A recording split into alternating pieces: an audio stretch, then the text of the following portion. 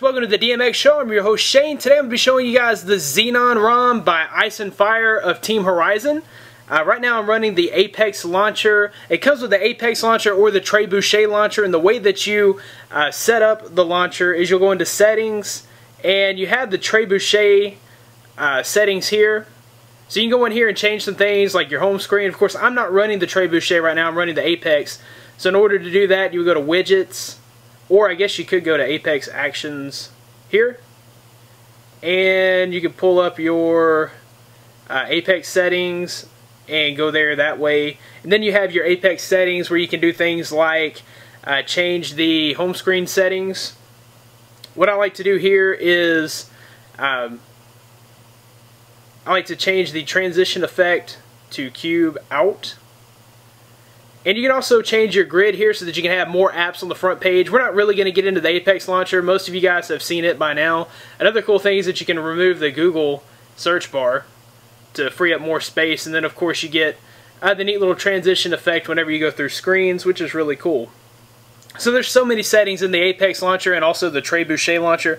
But like I said, we're going to really just be talking about this ROM. So the main thing about this ROM that makes it so awesome is Team Horizon has they put the Linaro tweaks directly into this ROM. Now it's not overclocked. It comes clocked at 1.2 gigahertz with a stock Android kernel, but it does still blaze. It's going to feel like you're overclocked because of the Linaro tweaks. I was getting about 2400 on quadrant scores. The other day I was running Protostome that was overclocked at 1.35 gigahertz.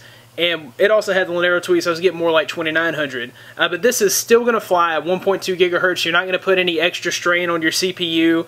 It's not going to make it overheat or anything like that. So this is really an awesome build as far as performance is concerned, in my opinion. Now it also has some settings. It is just not over flooded with settings. It's not over flooded with customization. It does have CM9 theme settings, which we'll get into that as well. But what you're looking at here basically is a very clean ROM with the Linaro tweaks. It's going to be very fast and very heavy on performance with some customization options. As far as battery life is concerned, I'm a very heavy user and I watch YouTube and stream audio non-stop. For me, I unplugged this thing this morning at 7 o'clock and I ran down my battery by 1:30. For me, that's awesome because on most ROMs, and definitely on the stock ROM, I'm done with the phone by 11:30, have to recharge it. So I got an extra couple hours out of this ROM, which, like I said, for me, was really excellent. So we'll go ahead and jump into our settings. Right now I'm running the Cobalt theme, that's why everything looks and feels blue. So go into our settings, and there are a few little settings here, not a ton of settings. You have your processor settings where you can set a governor, and you have several governors to choose from: a hot plug, conservative, and on-demand, user space, power save, interactive, and performance. I normally keep it on interactive because that seems to save up the most battery. You can also underclock here. You can't, like I said, there's no option to overclock on this ROM. You could flash your own custom kernel on top of this if you needed overclocking. You would still have the Linaro tweaks baked in. But I find that this kernel that it comes with is just fine, and it gives me all the power that I need on this ROM. So the next thing you have here is the status bar toggle. So like I said, there's not a ton of changes that you can do in this ROM.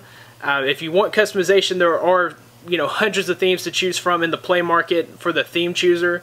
You can enable the toggles and choose the ones that you like. They do have 4G LTE and also the torch toggle.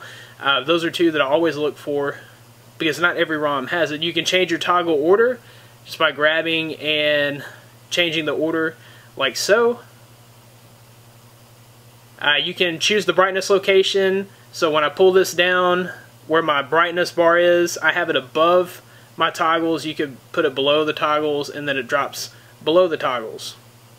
You can also go with the toggle style. You can go buttons only, or you can switch to the sliders, and then you can reset the toggle defaults. So that is pretty much it on the customization. You do have the theme changer, and it comes with this regular theme, just the normal ICS theme. So if we apply that, you'll see what it looks like when it comes to your stock. So this is what it looks like when it comes to your stock.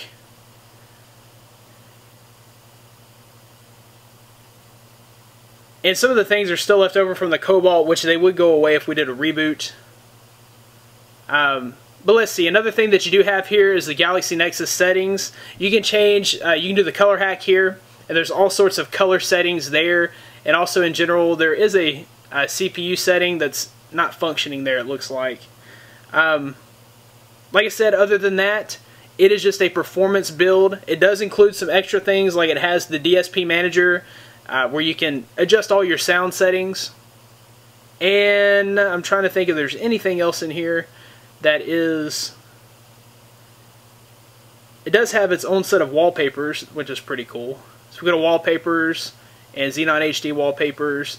They have some of their own wallpapers, which are really nice. And it does come with a custom boot animation, so you are going to have the feeling that you have flashed a custom ROM. And like I said, this is just clean and performance based, so you're going to get lots of great performance out of this ROM. And even some good battery life. So what I'll do is we'll go ahead and boot into...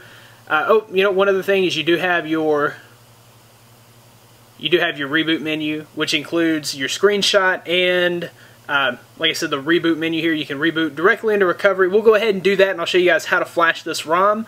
You will need to head to the link in the description, grab the ROM, and while you're at it, go ahead and grab the latest G-apps. There is a link for both of those. The latest G-apps is still April 29th, so that's the last time they were updated. So you can grab those there as well as the latest Xenon HD ROM. So we're booting into TeamWin Recovery. All you have to do here is go to Wipe, and you're going to factory reset, and then you will swipe to wipe. When that's finished, you'll wipe cache and swipe to wipe. Try to get it in good where you can see it. That's about as good as we're going to get up close. So you would swipe to wipe, and then you're going to wipe Dalvik, swipe to wipe. Then you'll install, and you're looking for... Let's see, you're looking for... Where's it at? Update-Xenon HD 061612, which was the latest version when I flashed it last, so you'll choose that. And you'll swipe to install. As soon as that's finished, you'll go back and you will choose your G apps, and you will swipe to install. When all that's finished, you will reboot the phone. So just reboot system, and I'll show you the custom boot animation on the way out. One thing you will notice about the Linaro tweaks is that the boot up is very quick. So it seemed to me, and it actually kind of shocked me the first time I rebooted my phone, whenever the boot animation comes around, it only sticks around for a few seconds. So I'll kind of let you see what I'm talking about here. But guys, if you like this, you can check me out at droidmodderx.com for the latest in Android and tech news. Be sure to follow me on Twitter at droidmodderx. If you like this video, I do videos like this all the time. To stay updated on those, be sure to click the subscribe button, which is right there. Also, be sure to give this video a big thumbs up, and that helps me out a ton. I really do appreciate that. And see, that is how quickly it boots up with the Linaro tweaks. I feel like the Linaro tweaks are really doing something in these ROMs. Some people say it's just a sugar pill, but I feel like I have seen results with the Linaro tweaks, so I'm just looking forward. There are several other ROMs that will have the Linaro tweaks, so we will go over those as well on this channel, so be sure that you are subscribed. Anyhow, guys, I will stop talking. Thanks for watching. I'll see you in the next one.